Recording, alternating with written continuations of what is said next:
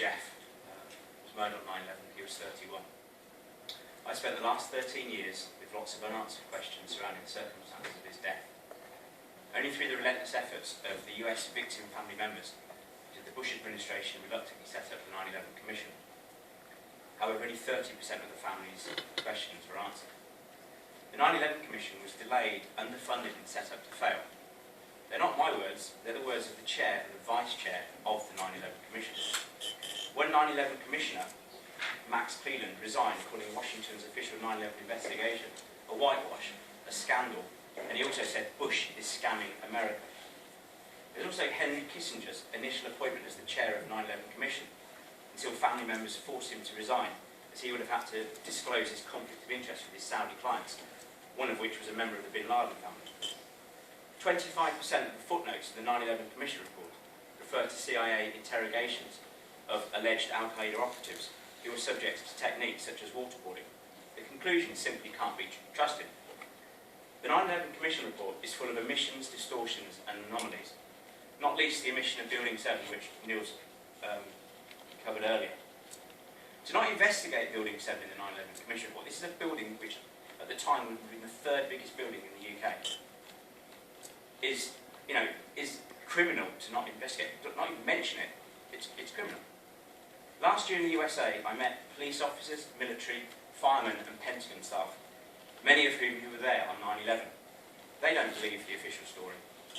Last year I also visited the chief medical examiner in New York to view a small bone fragment of my brother and hold him in my hands. There are still over 1,100 people, that's 41% unidentified from World Trade. Only tiny bone fragments remain. Everything else is dust.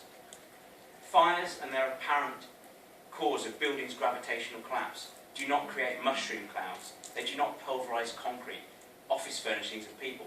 Explosives do. In the UK, I've met with the Chief Inspector and District Commander, the Met and counter-terrorism officers to discuss my concerns regarding the official narrative. Without exception, all of them previously, unquestionably accepted the official version of events. None of them knew about Building 7 or seen its freefall collapse, thank you very much mainstream media, and they were amazed when they were shown footage of it. None of the police or counter-terrorism officers knew about NIST not testing for explosives and the evidence being removed from the crime scene almost immediately. That shocked the district commander. It's not standard procedure. More alarmingly, the police and counter-terrorism officers I met had not heard of Operation Northwoods. Now, a bit more detail about it. I know Ian covered it earlier. In 1962, the chairman of the Joint Chiefs of Staff brought JFK a plan called Operation Northwoods. It described pretexts which would provide justification for US military intervention in Cuba. The plans listed a series of possible actions. Here are a few. We could develop a communist Cuban terror campaign in the Miami area, in other Florida cities and even in Washington. Or we could sink a boatload of Cubans en route to Florida, real or simulated. And it is possible to create an incident which will demonstrate convincingly that a Cuban aircraft is attacked and shot down a chartered civil airliner.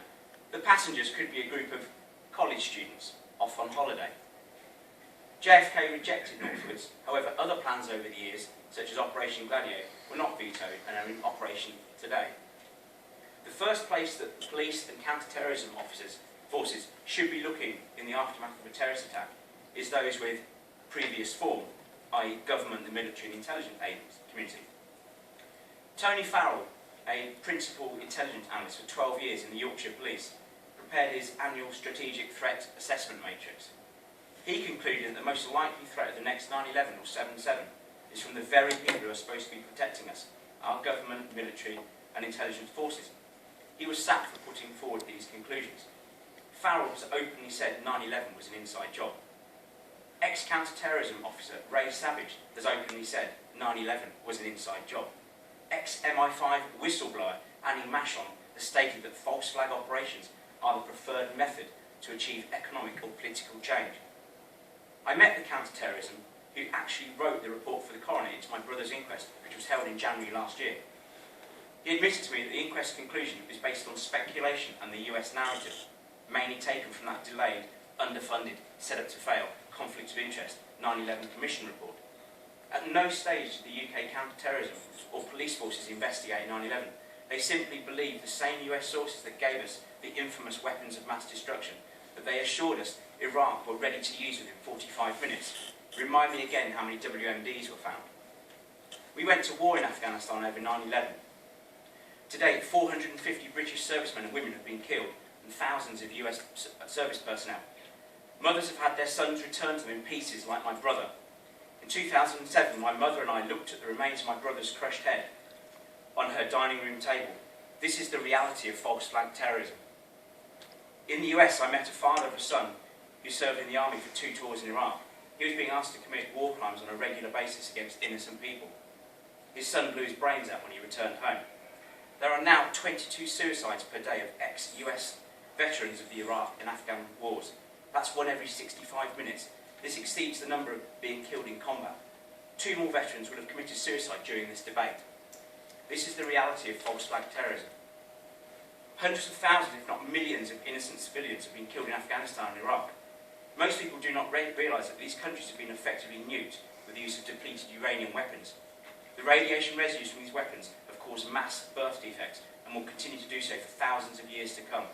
It will kill far more people than Hiroshima and Nagasaki combined. It's genocide. This is the reality of false flag terrorism and its use as a pretext for war. The pointless sacrifice of young people about your age. The murders and deaths of innocents, mainly children, which we all fund if we unquestionably accept the narrative. So Edward, when you debate today, I sincerely hope you argue with some real facts and put forward some real evidence, and your arguments are not based on the ridiculous official narrative that you have been told to believe by our governments and mainstream media, or worse, that you find 9/11 Truth Movement offensive to victim family members, who I know you have previously stated. I find 9/11 debunkers offensive. They distract us from engaging with the very people who should be answering our questions. I don't want to be debating here with you. I want the people in the US authorities who let or made everything perfectly fail that day to be here answering my questions. Why haven't the American authorities released the classified raw data for NIST model of Building 7's collapse? It may jeopardise public safety. Why haven't they released the 28 redacted pages of the Joint Intelligence Committee inquiry? Yesterday, former Senator Bob Graham said it's a threat to national security for the people to know who made 9/11 financially possible. Why has every standard procedure of police investigation been turned on its head?